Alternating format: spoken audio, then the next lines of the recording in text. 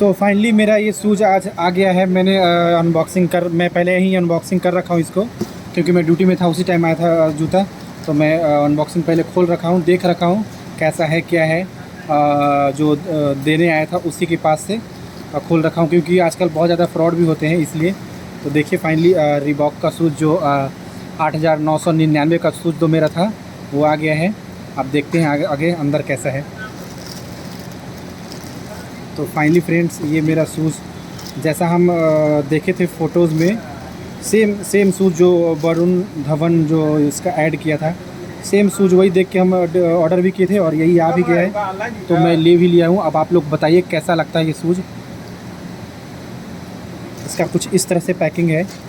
इसमें पैकिंग तो बहुत खूबसूरत दिया था, बहुत टाइट पैकिंग करके दिया था कि गिरे ना कहीं। तो अब आप लोग बताइए, कमेंट सेक्शन में जाकर कमेंट कीजिए कैसा लगता है ये शूज़ मेरा। फ़िलहाल इसमें डिस्काउंट भी दिया है, जो कि 8,999 का ऐसे इसका प्राइस है।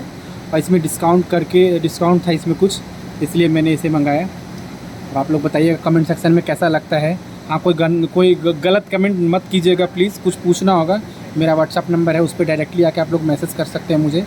Thank you.